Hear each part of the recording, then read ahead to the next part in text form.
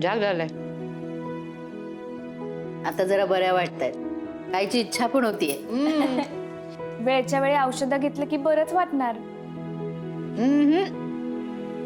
यो औषधाचा परिणाम नाही,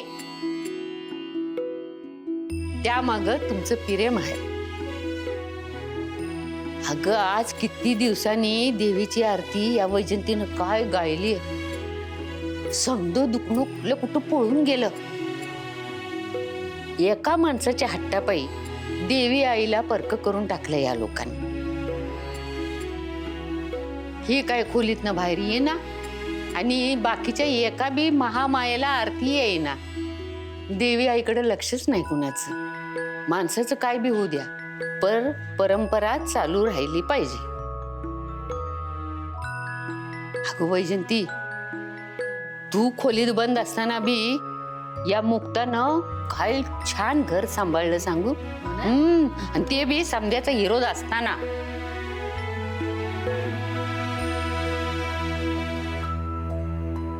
मुक्ता, काय ग डोळ्यात पाणी काय तुझ्या? काही नाही मोठी आई, तुम्ही दोघी नसताना माव काय झालं असतं या विचारानेच. अगं येडे आहे का? आम्ही दोघी नसलो तरी देवी आई आहे की तुझ्या पाठीशी. मग तिने तुला कधीही एकटं पडू दिलं नसतं, हो की नाही सासूबाई? वय ग भाई, खरं आहे.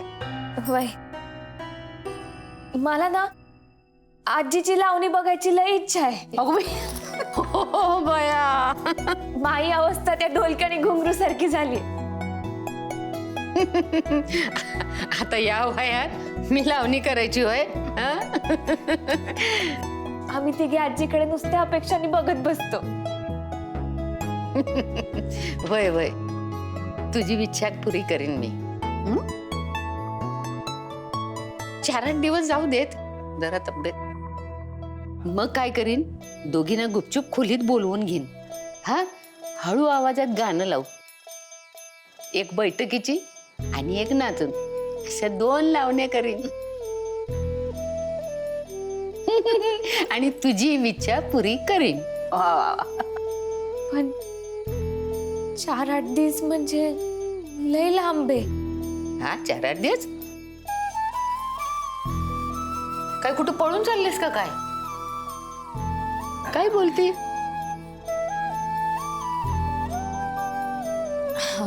नाही, मी कुठं पळून जाणार. पण आज ना तुमच्या दोघींकडून माई लय लाड करून घ्यावेसे वाटते.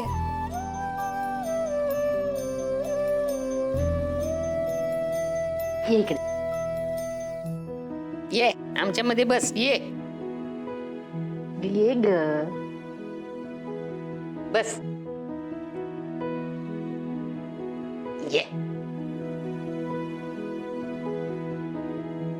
आणि आजच नाही, रोजच खूप लाड करणार होता मी तुझे. वय वय. इतके की सारंगला सुद्धा हेवा वाटला पाहिजे की माझ्यापेक्षा हिच जास्त लाडका होत आहे.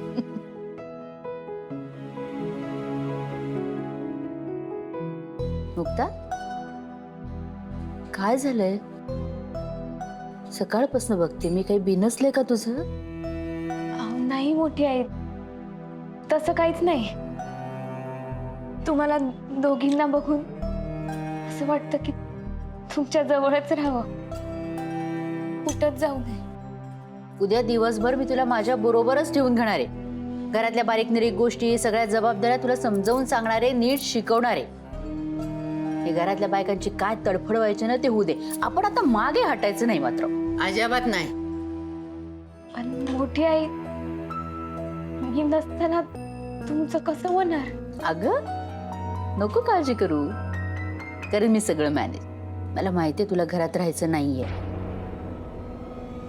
तुला घराच्या बाहेर पडायचंय ना संबळ वाजवण्यासाठी. मुक्ता, माझी सून स्वतःची आवड निवड जपण्यासाठी घराचा उंबरठा ओलांडून बाहेर पडतीये. माझ्यासारखी भाग्यवान अगं मीच असेन. वय. आजी, तुमचं झालंय ना, वय वय. गोळ्या चालूच आहे. घेते. पुरे का? बस. पोट भरलं ना? एकदम.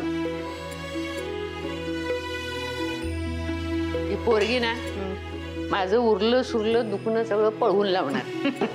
आणि हे बाई जेवण तूच घेऊन येत जा. त्या आशाला जेवण घेऊन माझ्याकडे पाठवू नगस.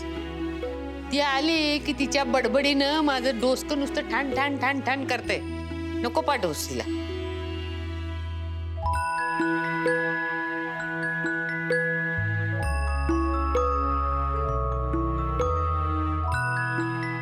आजी तुम्हाला खरं सांगू का, जे पण तुम्हाला जेवण घेऊन येतात ना ते आमच्यासारखं तुमच्यावर लय प्रेम करतात.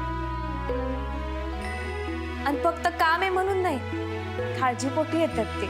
अगं बाई बाई बाई, हिच्या मोर कुणाबद्दल वाईट बोलणं अवघडच झालंय बघ. खरंय. घे.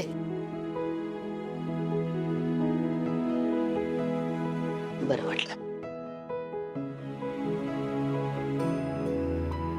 जमलं तर मला माफ करा. तुम्हाला दोघींना सोडून जाणं अजिबात सोपं नाही, पण जमलं तर मला माफ करा.